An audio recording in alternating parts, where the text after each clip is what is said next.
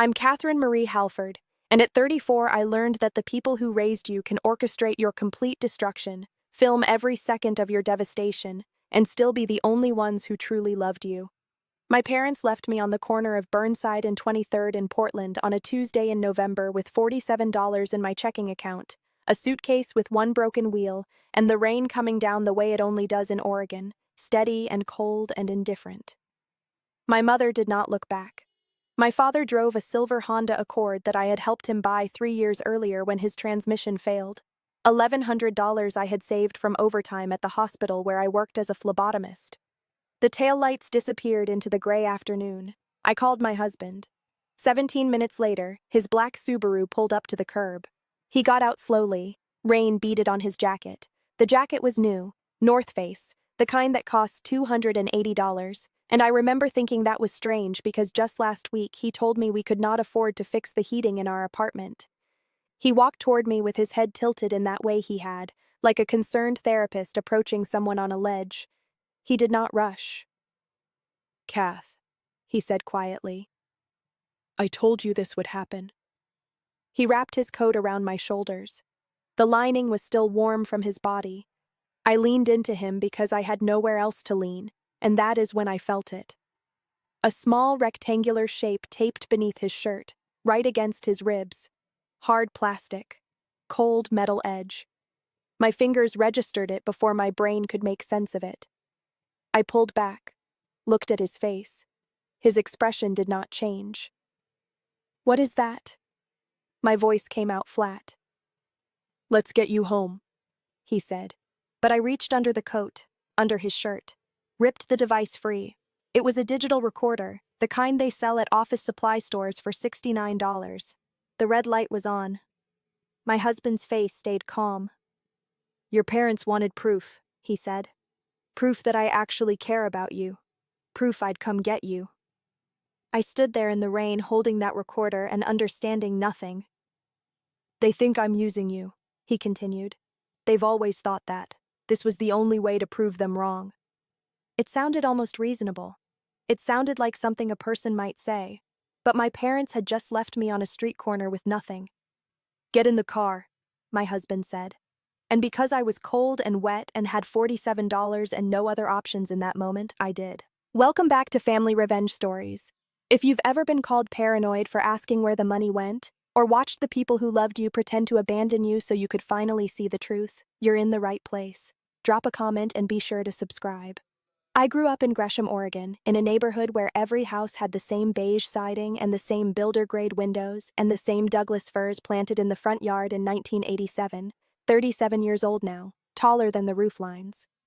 Our house sat at the end of Clearview Terrace, 3 bedrooms, 1.5 baths. The kitchen window looked out onto the Andersons' trampoline.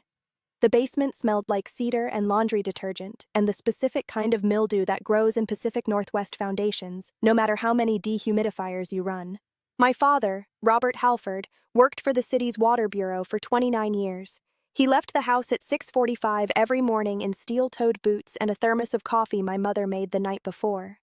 My mother, Diane, worked part-time at a fabric store called the Quilted Crow and kept records for our church, meticulous attendance logs and budget spreadsheets she printed and hole-punched and stored in white 3-ring binders on a shelf in the hallway.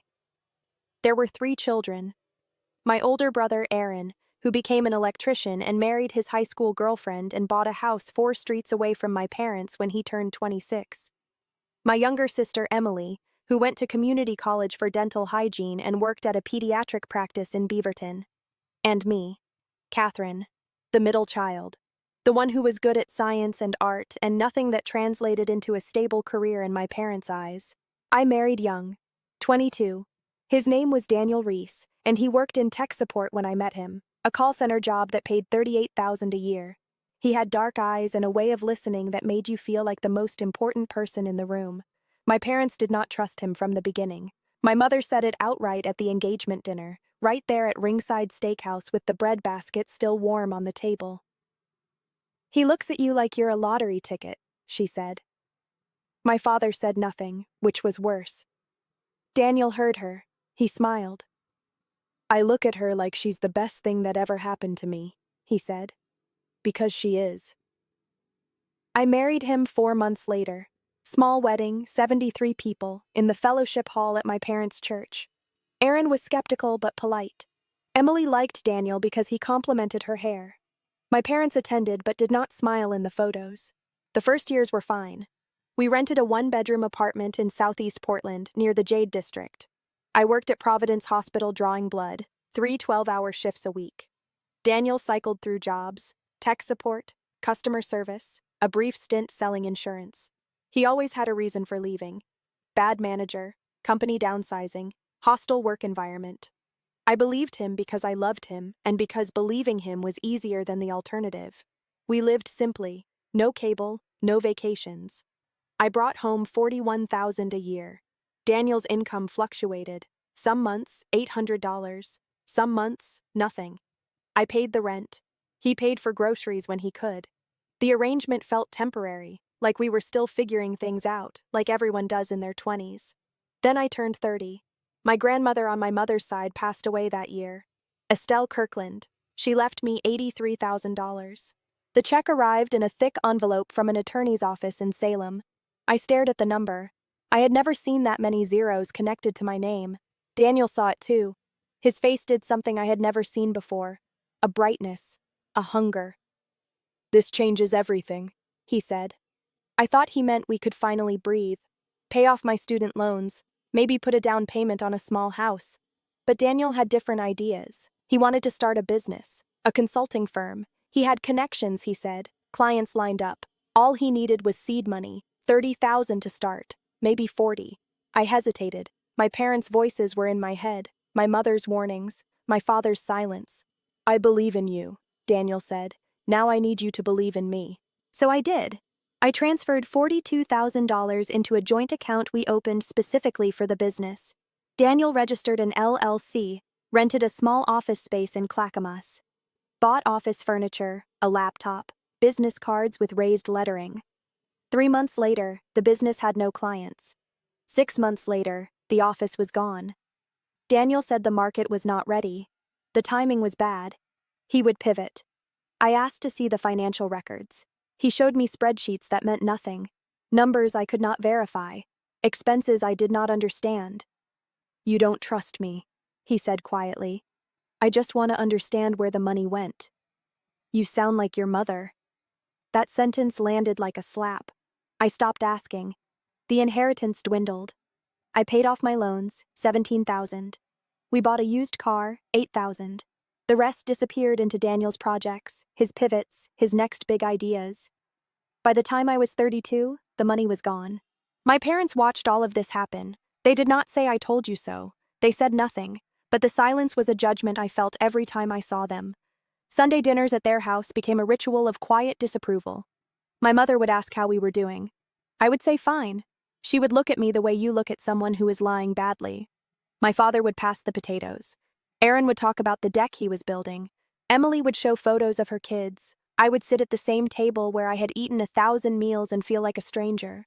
The specific cruelty started small.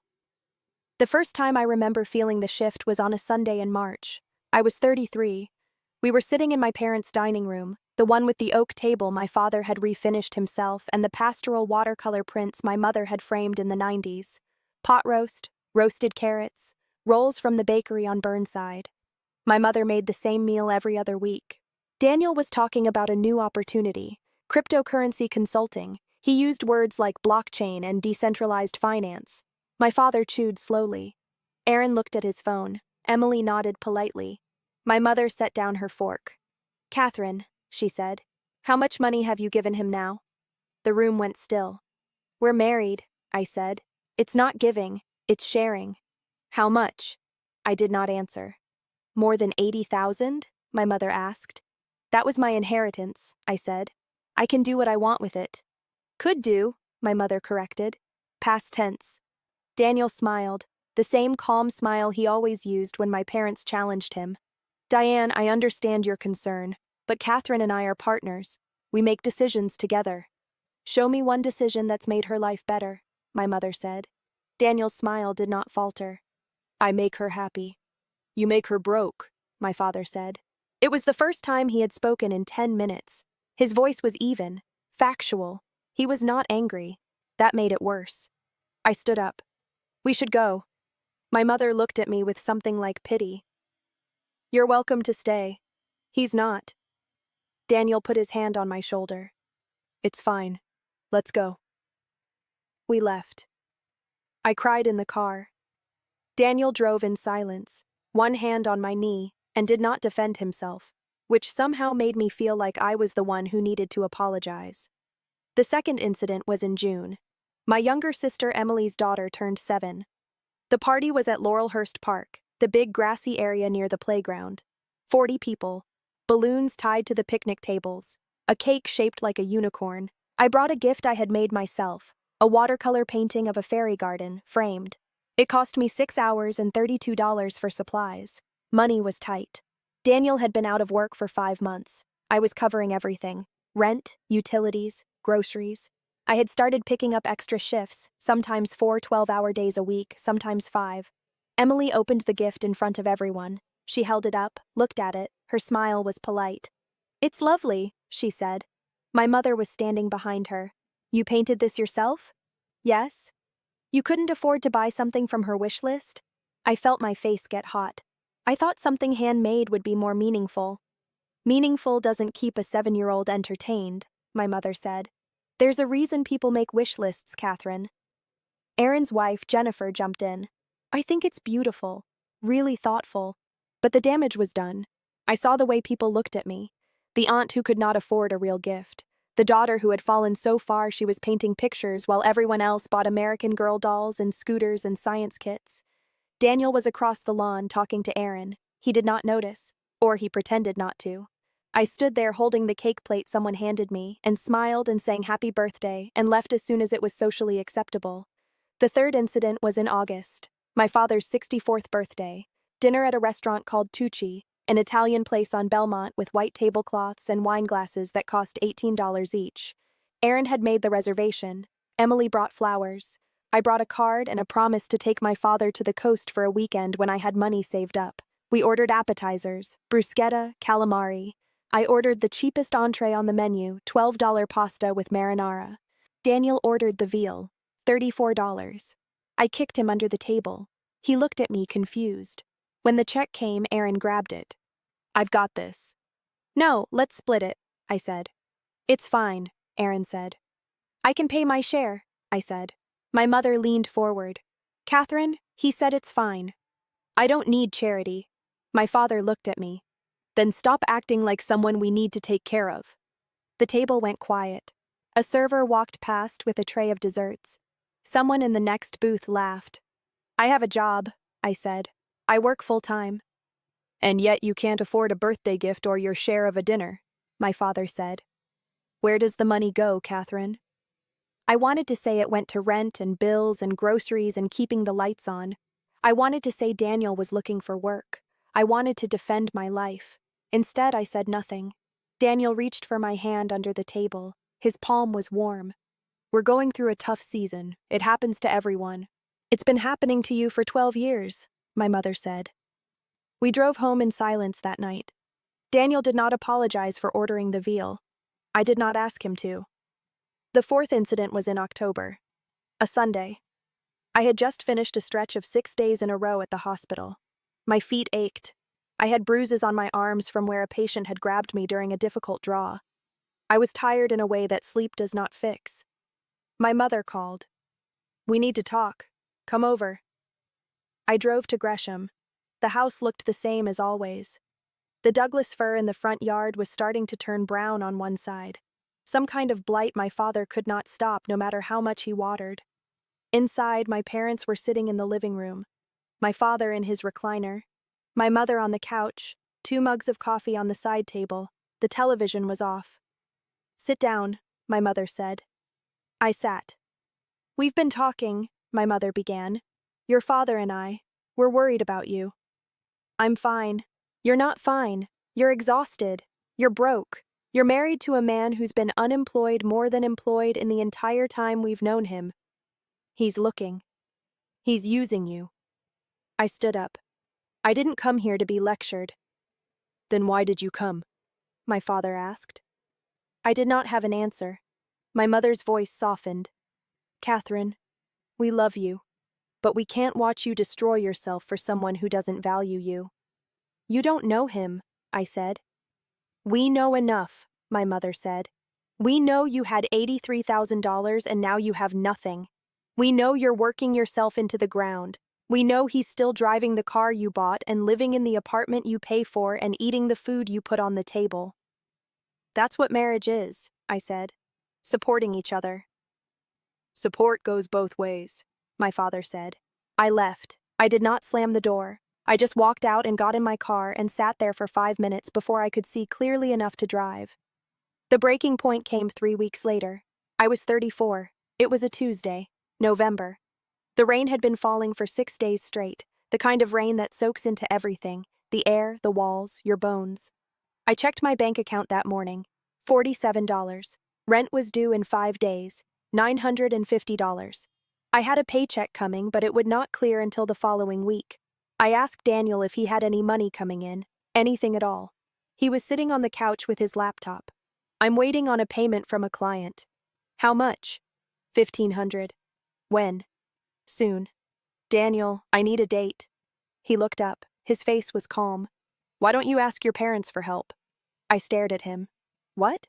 Your parents. They have money. Your dad has a pension. Your mom has savings. Why are you working yourself to death when you could just ask them? Because they already think you're using me. So prove them wrong. Show them we're a team. Something in his voice made my stomach turn. A lightness. An ease. You want me to ask my parents for money? I said slowly. I want you to stop being too proud to accept help from people who love you. The words sounded right, but the feeling was wrong. I called my mother that afternoon from the hospital break room. I told her we were short on rent. I did not ask for money. I just told her the situation. How much do you need? My mother asked. $950. There was a pause. I'll talk to your father. She called back an hour later. We'll help you, but we need you to do something first. What? We need you to tell Daniel you're broke, completely broke, that we refuse to help, that you have nothing. Why? Because we need to see what he does. I felt something cold move through my chest. You want me to lie to him? We want you to test him. That's not fair. Catherine, please, trust us. I had not trusted them in years, but I was desperate and tired, and something in me wanted to know. So I agreed. I went home that evening. Daniel was in the kitchen making pasta. The apartment smelled like garlic and olive oil. Did you talk to your parents? He asked. Yes. And? They said no. His face changed. Not angry, not surprised, just something shutting down. They said no? They're done helping me. Helping us. He put down the wooden spoon. What are we supposed to do? I don't know. You don't know? His voice was still calm. Too calm. Catherine, we have rent due. We have bills. You're telling me your parents, who have plenty of money, are just going to let you end up on the street? They said I made my choices. Daniel was quiet for a long time. Then he nodded. Okay. Okay?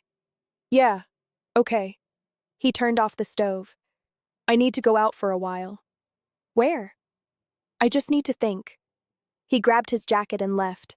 I stood in the kitchen with half-cooked pasta in the pot and my heart beating too fast. He did not come home that night. I called him 6 times. No answer. I texted him. Nothing. At 11 o'clock, my mother called. Where are you right now? Home. Where's Daniel? I don't know. He left. Good. Pack a bag. Your father is coming to get you. What? Why? Just do it. My father arrived 20 minutes later. He did not come inside. He texted me from the curb. I came down with one suitcase and my purse. We did not speak in the car. He drove me to my parents' house. I thought I would sleep in my old bedroom. Instead, my mother was waiting in the living room with her coat on. We're leaving, she said. Where are we going? You'll see. They drove me back into Portland. We stopped at a corner, Burnside and 23rd. My father parked. Get out, my mother said. I looked at her. What? Get out of the car. Mom, what are you doing? What we should have done a long time ago, my mother said. Get out. My father's face was stone. He did not look at me. I got out. I stood on the sidewalk with my suitcase. My mother got out too. She handed me an envelope. What is this? Everything you need to know, she said. Then she got back in the car. My father pulled away from the curb. I watched the silver Honda disappear into the rain. I stood there for 3 minutes, maybe 4. People walked past. A bus went by. I opened the envelope. Inside was a single piece of paper with a phone number written on it and 3 words. Call him now.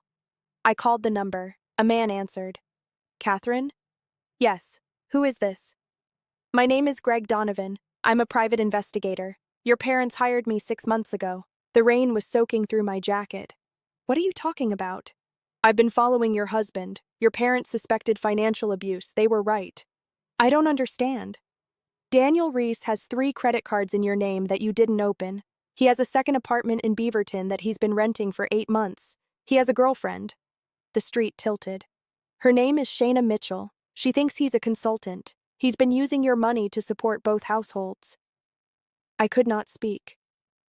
Your parents needed you to hit rock bottom, Greg continued. They needed Daniel to think you had nothing so he'd abandon you. They knew he would, and they needed evidence. There's a recorder. Did he bring it with him? Yes, I whispered. That recorder was ours. We planted it. Your mother told Daniel the only way they'd ever accept him was if he proved he'd come for you even when you were broke. We knew he'd try to use it to manipulate you, to prove his devotion.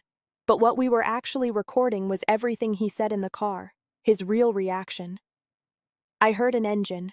Looked up. A black Subaru was coming down the street. He's coming, I said. I know. I'm parked 50 yards behind you. Let him pick you up. Let him talk. The recorder will get everything.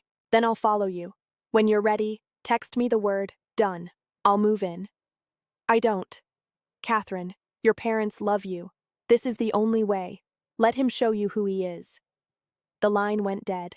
Daniel's car pulled up. He got out, walked toward me with that concerned expression, put his coat around me. I told you this would happen, he said. He helped me into the car. My hands were shaking, not from cold. He drove toward our apartment, talked the whole way. Your parents are toxic, Kath. You see that now, right? They'd rather prove a point than help their own daughter. But I'm here. I'll always be here. I said nothing. We'll figure this out. I've got some money coming in next week. $1,800. We'll make rent. We'll be fine. $1,800. He had told me yesterday he was waiting on $1,500. Where's the money coming from? I asked. A client. Which client? Does it matter? Yes. He glanced at me. Why are you interrogating me? I'm trying to help you. I just want to know. You sound paranoid. We pulled up to the apartment. He parked, turned off the engine. Look at me, he said. I looked. I love you, he said. Your parents don't. I do. Remember that. I nodded. We went inside. He made tea, asked if I was hungry. I said no. I went to the bathroom and texted the number Greg had called from. Done. I came out.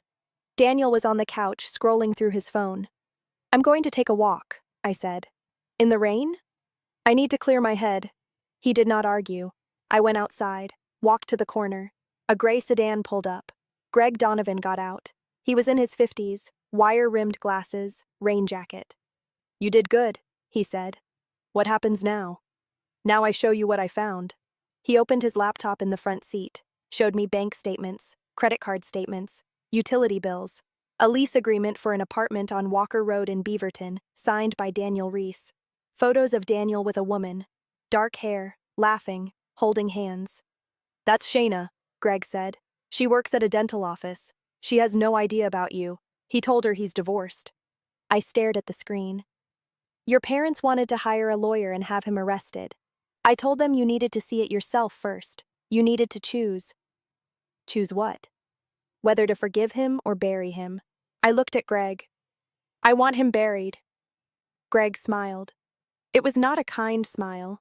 It was the smile of someone who had been waiting for permission. Then let's get to work. I stayed at my parents' house that night, slept in my old bedroom. The walls were still lavender. The same quilt I had in high school was on the bed. My mother knocked softly at 7 in the morning, came in with coffee. "We're sorry," she said. "For what?" "For making you think we didn't love you." I sat up. "You left me on a street corner." "We left you in a position where Daniel would show you exactly who he is," my mother said. "And we made sure you'd be safe. Greg was there the whole time. Your father and I were parked 2 blocks away. You were never alone. You could have just told me." "Would you have believed us?" I did not answer. My mother sat on the edge of the bed. "We watched him take everything from you. Your money, your confidence, your time, and every time we said something, you defended him. We realized the only way to save you was to let you see it yourself. You've been planning this for 6 months." "Yes."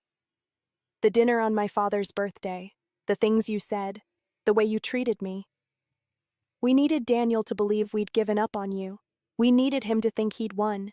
So when the moment came, when you had nothing, he'd leave, or he'd reveal himself." I started crying, not loud, just tears. My mother pulled me into her arms. "We never stopped fighting for you. We just had to fight smarter." My father came in an hour later, sat in the chair by the window. "I talked to a lawyer," he said. "Friend from church. His name is Bill Morehouse. He specializes in financial fraud and identity theft. He'll see you this afternoon." "I don't have money for a lawyer." "It's handled." I met Bill Morehouse at 2 o'clock in his office in Tigard. Wood paneling, framed degrees, a view of a parking lot. He reviewed everything Greg had compiled: the credit cards, the forged signatures, the second apartment, the girlfriend. "This is identity theft," Bill said. "Credit fraud, potentially wire fraud depending on how he moved money. We can file criminal charges, or we can go civil and squeeze him financially." "What do you recommend?" "Both." "I want everyone to know what he did," I said. Bill looked at me over his glasses. "Then we'll make sure they do." We filed a police report that afternoon. Fraud Division. A detective named Amy Corwin took my statement, reviewed the evidence, called it one of the clearest cases of financial abuse she had seen. "We'll bring him in for questioning," she said. "Probably tomorrow." "I want to be there." "You can't be in the room, but we can arrange for you to observe." "I want him to know I'm watching." Amy looked at Bill. Bill nodded. "We'll make it happen," Amy said. Daniel was brought in on Thursday. I sat in an observation room with one-way glass, watched him sit across from Detective Corwin and another investigator, a man named Luis Pacheco. Daniel was calm, confident. He denied everything at first. "I don't know what Catherine told you, but she's been under a lot of stress. Her parents have been manipulating her, turning her against me." Amy slid a folder across the table. "These are credit card statements. 3 cards, all in Catherine's name, all opened with her social security number. She didn't open them.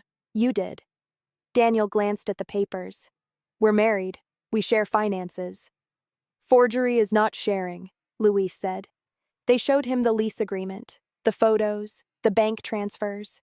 Daniel's face changed. Not angry, trapped. "I'd like a lawyer," he said. "Smart choice," Amy said. I walked out of the observation room, waited in the hallway. When they brought Daniel out in handcuffs, he saw me. He stopped, stared. I looked at him. Did not say anything at first. Let him see my face. Let him understand. Then I spoke. One sentence. "You should have chosen better." His mouth opened. Nothing came out. They took him away. The case moved quickly. Daniel's lawyer tried to argue that the credit cards were a misunderstanding, that married couples often share financial responsibilities in unconventional ways. But the evidence was too clean: the forged signatures, the secret apartment, the girlfriend who testified that Daniel had told her he was single and working as a consultant making 6 figures. The prosecutor offered a plea deal. Daniel took it. 3 years in prison, restitution of $68,000, the amount he had stolen or fraudulently spent in my name, a permanent record. His sentencing hearing was on a Tuesday in February. I attended. So did my parents. So did Aaron and Emily. The judge asked if I wanted to make a statement. I stood. Daniel Reese made me believe I was the problem, I said. That I was not supportive enough, not trusting enough, not good enough. He took my inheritance. He destroyed my credit. He isolated me from my family. And when I had nothing left, he was ready to walk away. I don't forgive him. I don't want his apology. I want him to know that the people he thought were my enemies were the only ones who loved me enough to save me. I sat down. The judge sentenced him. 3 years. No early release. Daniel looked back at me once before they took him out. I did not look away. Shayna Mitchell, the girlfriend, reached out to me a week later. She sent an email, apologized, said she had no idea, said she felt like an idiot. I wrote back, told her she was not an idiot, told her Daniel was a professional, told her I hoped she was okay. She never responded. I did not expect her to. The second apartment in Beaverton was cleared out. I kept nothing, donated it all. The credit card companies forgave the debt after I provided copies of the police report and the court judgment. My credit score, which had dropped to 512, slowly climbed back. I moved in with my parents for 4 months while I saved money, picked up extra shifts, started seeing a therapist named Karen who specialized in financial abuse and coercive control. Aaron apologized to me in March. We were sitting in my parents' backyard. The grass was starting to green up after the winter. I knew something was off, he said. I should have said more. You didn't know what to say. None of us did. Still, Emily apologized too, brought her daughter over to see me. The little girl, 8 now, hugged me and told me she still had the fairy painting on her wall. It's my favorite thing in my room, she said. Emily cried. I did not. I filed for divorce in April. It was uncontested. Daniel signed the papers from prison. We had no assets to divide, no children, just debt and a last name I could not wait to be rid of. The divorce was finalized in June. I went back to my maiden name, Catherine Marie Halford. I moved into my own apartment in July, a 1-bedroom in Selwood, near the river. Hardwood floors, a window that looked out onto a magnolia tree. Rent was $1,100 a month. I could afford it. I started painting again. Watercolors, landscapes, birds. I sold 3 pieces on Etsy. Small money. $40 here, $60 there, but it was mine. My parents and I have dinner every other Sunday, sometimes at their house, sometimes at mine. We do not talk about Daniel unless I bring him up, and I rarely do. My mother quilts at the dining room table while we talk. My father tells stories about work, about the new guy who does not understand the difference between a gate valve and a ball valve. It feels ordinary. It feels safe. I learned something in all of this that I am still trying to fully understand. Love does not always look like softness. Sometimes it looks like a hard choice. Sometimes it looks like cruelty in the moment because it is the only way to prevent a lifetime of it. My parents left me on a street corner in the rain. They let me think they had abandoned me. They let me hate them for weeks while they built a case that would save my life. That was love, not the kind that feels good, the kind that works. I think about that day often. The rain, the taillights disappearing, the $47 in my account, the suitcase with the broken wheel. I think about the moment I felt the recorder under Daniel's shirt and how my whole world shifted. I think about my mother's voice on the phone. Trust us. And I think about how the people who loved me most were willing to become the villains in my story so I could finally see the real one. I am 36 now. I have $14,000 in savings. My credit score is 689. I work 3 shifts a week at the hospital and paint on my days off. I do not date. I do not want to. Not yet. Maybe not ever. I have a life that is small and quiet and entirely my own. No one takes from me anymore. Not my money, not my time, not my peace. I learned that sometimes the people who save you are the ones who know you well enough to break you first, carefully, in a way that lets you rebuild stronger.